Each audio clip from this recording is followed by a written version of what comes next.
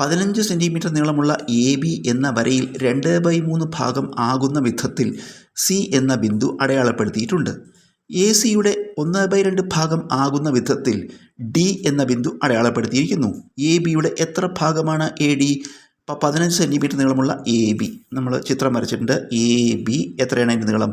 15 centimetre. ഇതിൽ 2/3 ഭാഗം ആകുന്ന വിധത്തിൽ, അതായത് 15ൻ്റെ 2/3 ഭാഗം. ഇങ്ങനെ 15ൻ്റെ 2/3 ഭാഗം കാണുക, 15 × 2/3.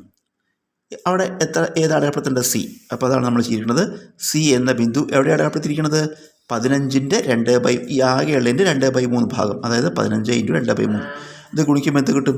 ഈ 3ഉം 15 വെട്ടുമ്പോൾ 5 വരും. 3ഉം 15 വെട്ടുമ്പോൾ 5, I 2 10. അപ്പോൾ എയിൽ നിന്ന് 10 സെൻറ്റിമീറ്റർ അകലെയാണ് ഏത് ബിന്ദു? സി. ഇനിയോ എ സിയുടെ അരഭാഗം ആകുന്ന വിധത്തിൽ ഡി അടയാളപ്പെടുത്തിയിരിക്കുന്നു. എ സിയുടെ 1/2 ഭാഗം. അപ്പോൾ എ സി എത്രയാണ്? 10. അതിൻ്റെ 1/2 ഭാഗം, അതായത് അതിൻ്റെ പകുതി ഭാഗം, അവിടെയാണ് ഡി. അതാണ് നമ്മൾ ചെയ്യുന്നത്. അടുത്ത ചിത്രം ഒന്നുകൂടി ചിത്രം വരച്ചിരിക്കുകയാണ്. എ സി നമുക്കറിയാം ഇവിടെ 10 ആണ്. അതിൻ്റെ പകുതി ഭാഗം, അതായത് 5 സെൻറ്റിമീറ്റർ, എയിൽ നിന്ന് 5 സെൻറ്റിമീറ്റർ അകലെ ഏത് ബിന്ദു? ഡി അടയാളപ്പെടുത്തി. ഇനി എന്താ ചോദ്യം? എ ബിയുടെ എത്ര ഭാഗമാണ് എ ഡി? എ ബി എന്ന് പറഞ്ഞാൽ മൊത്തത്തിലുള്ളത്, അതിൻ്റെ എത്ര ഭാഗമാണ് എ ഡി? എ ഡി എന്നത് എ ബിയുടെ എത്ര ഭാഗം കാണാൻ നമ്മൾ എന്ത് ചെയ്താൽ മതി? എ ഡിനെ എ ബി കൊണ്ട് ഹരിച്ചാൽ മതി. ചോദ്യം എന്താണ്?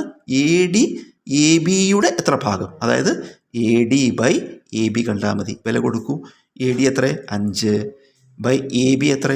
മൊത്തം 15. 5ഉം 15 പിടിച്ചെടുക്കുമ്പോൾ 5 കൊണ്ട് വെട്ടുമ്പോൾ 1 5 5 3 5 15. ഉത്തരം 1/3.